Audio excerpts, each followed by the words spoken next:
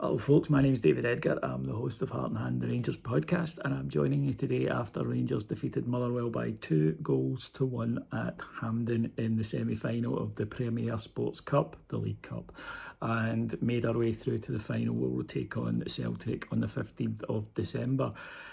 This was pretty much, I think, the performance that most of us were expecting, fearing, you might want to say. I did think we would win, but I thought it would be a nervy close one, and in the end it turned out to be. However, there are positives if you want to take them out of this, and if the manager does take them out of this, and that is that surely now the penny must have dropped that this Rangers team will be better when James Tavernier and Dessers aren't in it.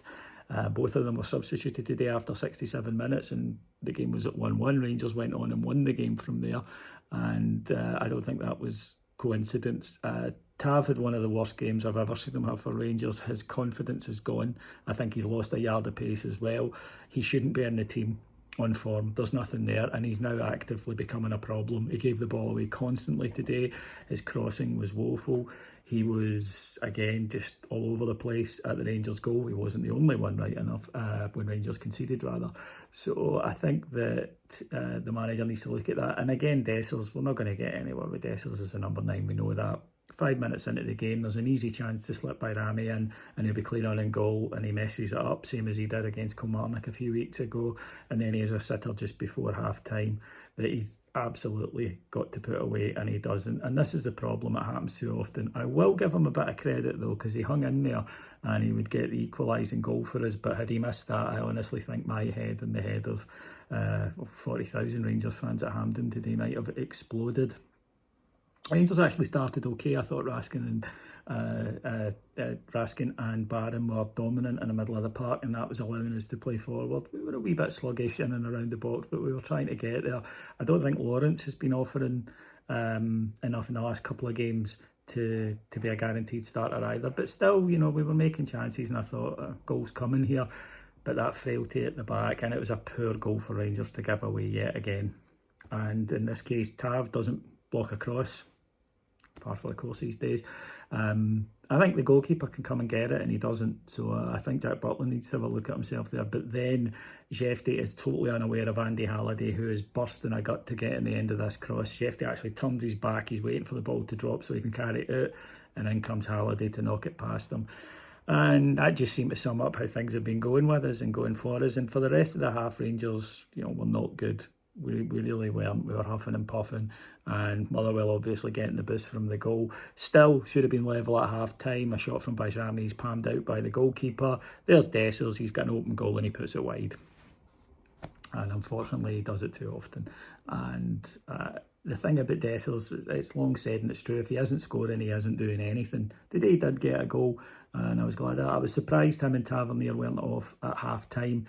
But Rangers did start the second half a lot better. In a way, that's a good thing, but it's also a problem. Why does it always take adversity for Rangers to start? Why are Rangers so reactive? Why are we never on the front foot and positive? We could have taken that game by the scruff of the neck today, and we didn't. And we've got to get better at that. We shouldn't need to always go a goal down before you get a response.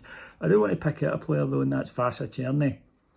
We talk a lot about bravery in football, and bravery isn't, I think, going and kicking someone in front of the ref and getting booked. It's not always about either putting your head in where you might get hurt, that physical bravery.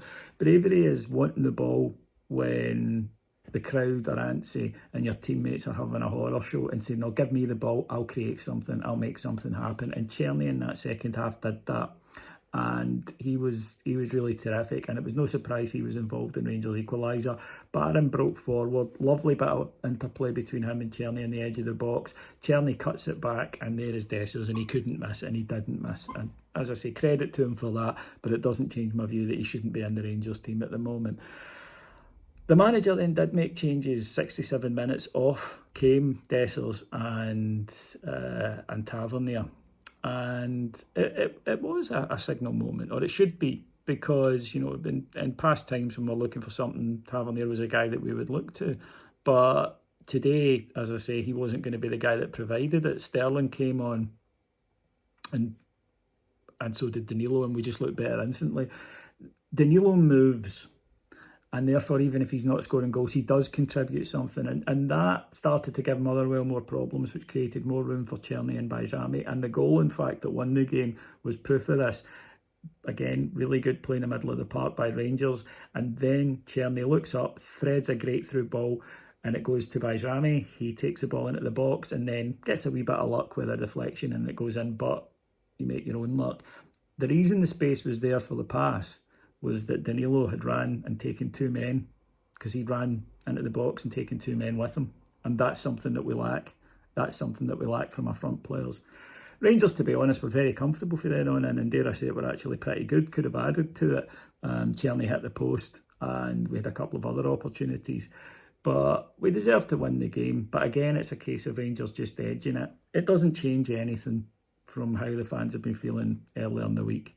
Rangers are in a position where you don't get credit for victories, but you will get blamed for defeats. So it's important to come through these matches and to make sure that you're on the right end of them and build up by baby steps. But the problem that we have as fans is it's hard to have that level of faith until you start seeing them winning these games regularly, week in, week out, and that's what the team need to do.